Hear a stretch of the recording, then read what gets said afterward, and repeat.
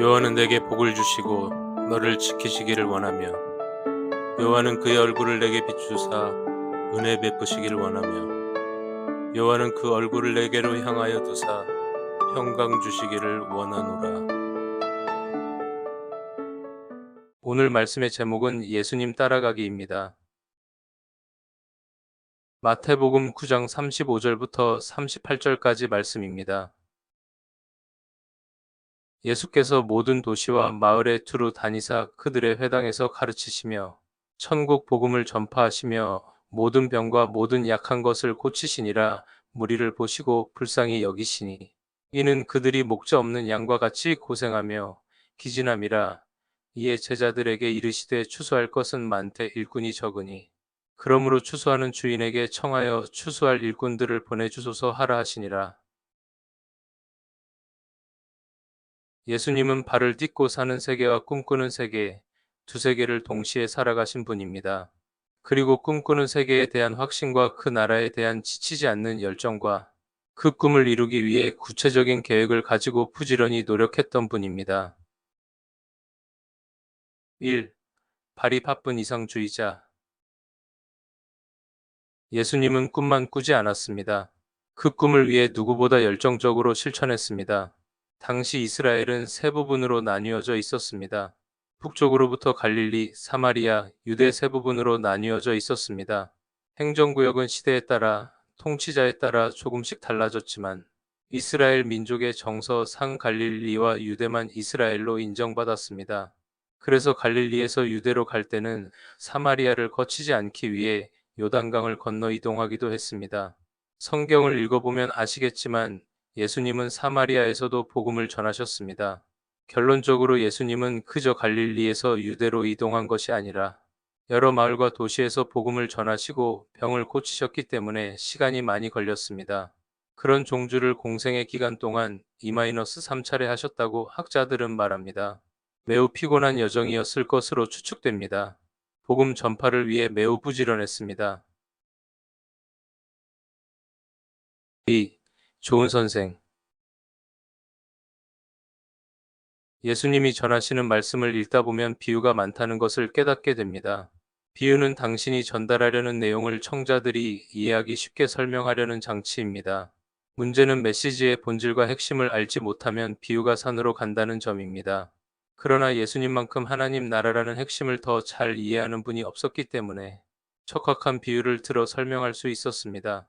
피상적이어서 어렵다고 그래서 별로 관심도 없던 하나님. 나라가 손에 잡힐 듯 설명해 주신 것은 최고의 선생이라 하겠습니다. 3. 병을 고치시는 의사. 지금으로부터 2000년 전입니다. 사람들은 예수님이 기록들을 조선시대, 고려시대쯤으로 여겨 시간적 간극을 잊곤 합니다. 우리로 비유하자면 고조선 시대입니다. 당연히 의술이 발달했을 리 없습니다. 예수님이 병을 낫게 하는 사역을 현재 목사들은 거의 하지 않습니다. 병은 의사에게 맡깁니다. 대신 목회자들은 병 낫기를 위해 기도합니다. 병을 치유하시는 사역은 의술의 발달이 이루어지지 않는 시기이기 때문에 부득이 예수님이 하신 것입니다. 현재에도 동일하게 적용될 수 없습니다. 지난 시간에도 목회 중 병 나은 사건을 언급했는데 오늘은 또 다른 사건을 언급하자면 한 소녀가 있었습니다. 중학생이었는데 담도에 암이 생겨 아주 위험한 상황이었습니다. 그래서 담도를 잘라내어 소화기관으로 직접 연결해야 하는 힘든 수술이었고 성공 가능성도 낮았습니다. 어린 친구에게 너무나 크고 위험한 수술이었기 때문에 새벽마다 울면서 간절히 기도했습니다. 그런데 수술이 잘 되었습니다. 수술도 잘 되었지만 안정적으로 정착을 해서 모든 기능이 정상적으로 작동했습니다. 너무나 기뻤습니다. 감사 기도를 드렸습니다. 수술 후 처음 교회에 나오던 날 기쁨과 감사로 가족을 맞이했습니다. 약간 흥분했던 것도 같습니다.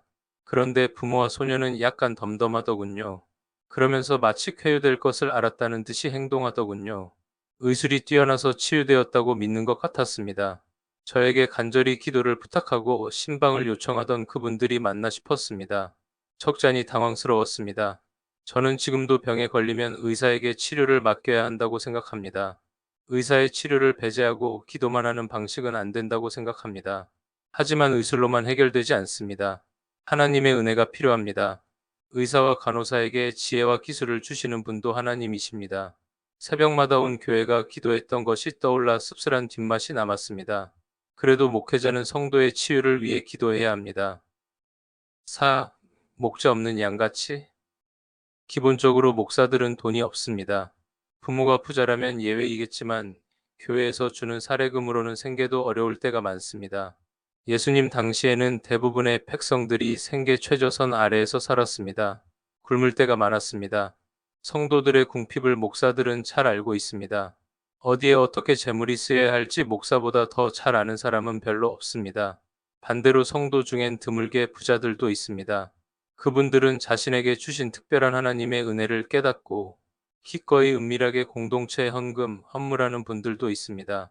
내 이름은 지우고 하나님의 이름만 드러내야 하나님으로부터 복을 받습니다. 사람들로부터 칭찬을 받으면 하나님이 주실 복이 사라집니다. 여러분들 모두 하나님으로부터 많은 복을 받는 부자가 되시길 축복합니다. 5. 추수하는 일꾼이 누릴 복. 일꾼은 대부분 수동적입니다. 시키는 일만 합니다. 그러나 하나님 나라의 일꾼은 누가 시켜서 하지 않습니다.